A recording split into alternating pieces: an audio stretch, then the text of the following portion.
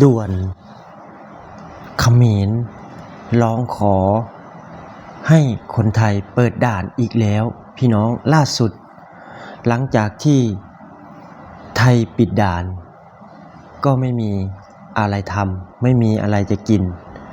เลยต้องมาขออ้อนวอนขอความเห็นใจจากคนไทยที่กราบไหว้นบไหว้ตรงที่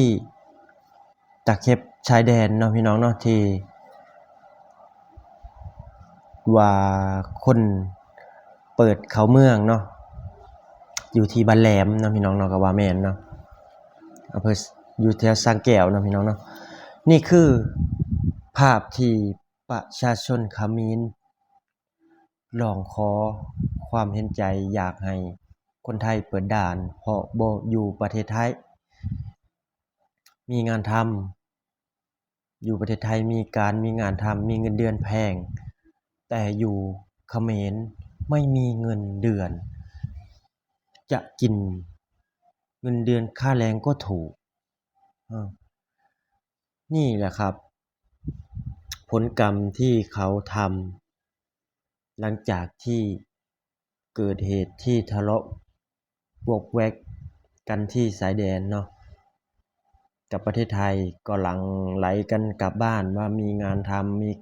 งานทำมีงานรองรับเงินเดือนดีกว่าประเทศไทย ว่าเงินเดือนดีกว่าประเทศไทยแล้วมาร้องขอวอนให้คนไทยเปิดด่านให้ขอความเห็นใจคิดดูสิครับกราบลงแทบดิน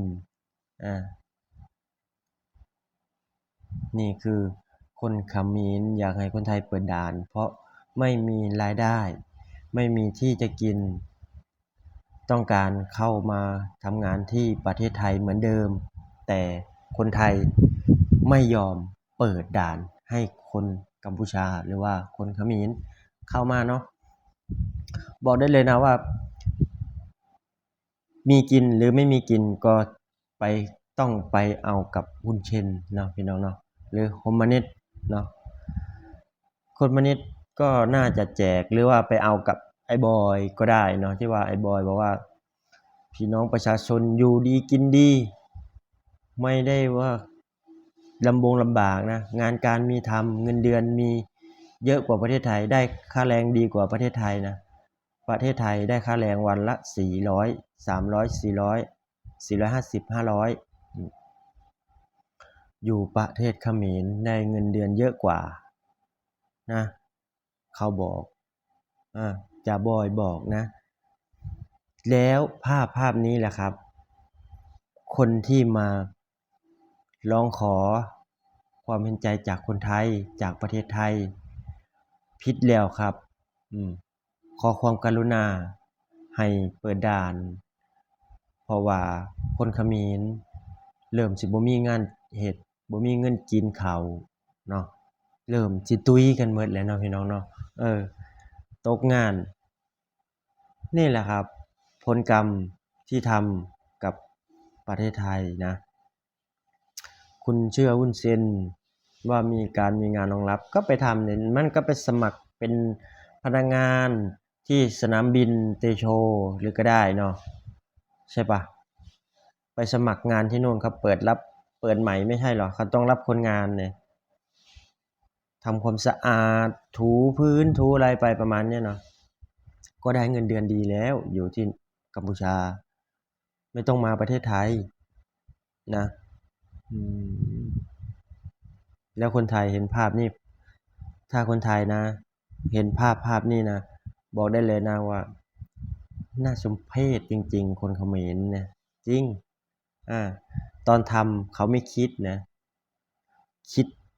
ได้ก็ตอนมันฉายนี่แหละครับคิดได้ตอนสาย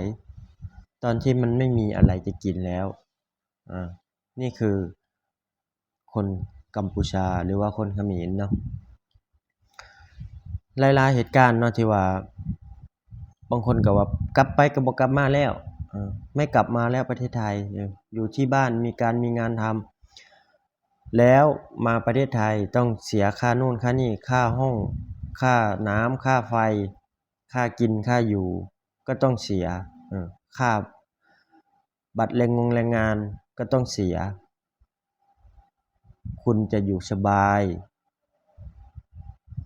ก็ประเทศตัวเอง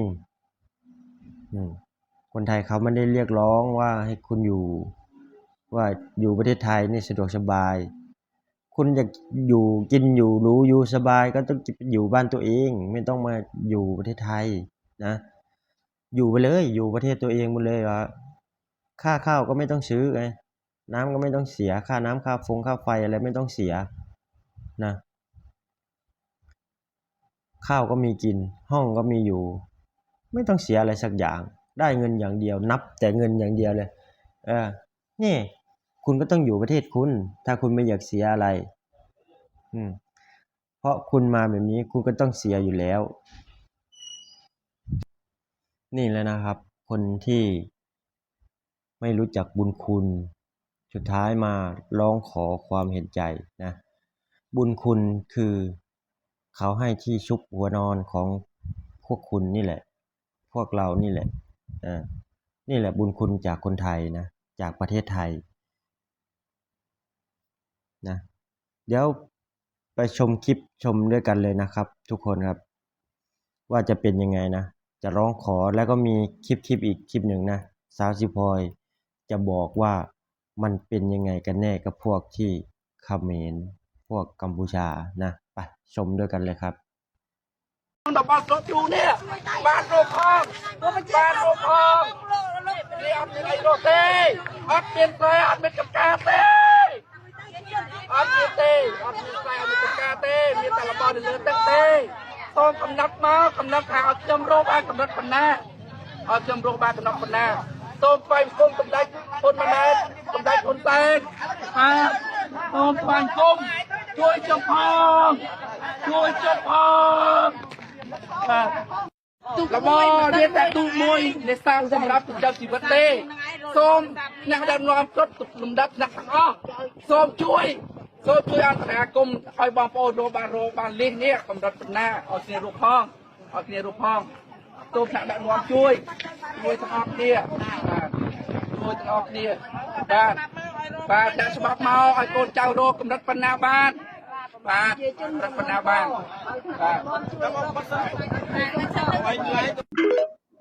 นี่นะครับ เป็นไงล่ะครับ ทุกอย่างมันต้องเป็นตามขั้นตอนที่ว่าให้พวกที่ไร้ค่า พวกที่เห็นแก่ตัวพวกนี้นะเห็นแก่ตัวก็ว่าได้นะเวลากลับไปก็ใส่ร้ายประเทศไทยเวลาจะมาก็มาขออ้อนวอนขอความเห็นใจจากคนไทยนะคลิปนี้ก็ฝากไว้เป็นเพียงช่ำนี้นะครับฝากพี่น้องทุกคนกดไลค์กดแชร์กดติดตามให้ผมด้วยนะครับผมสวัสดีครับผม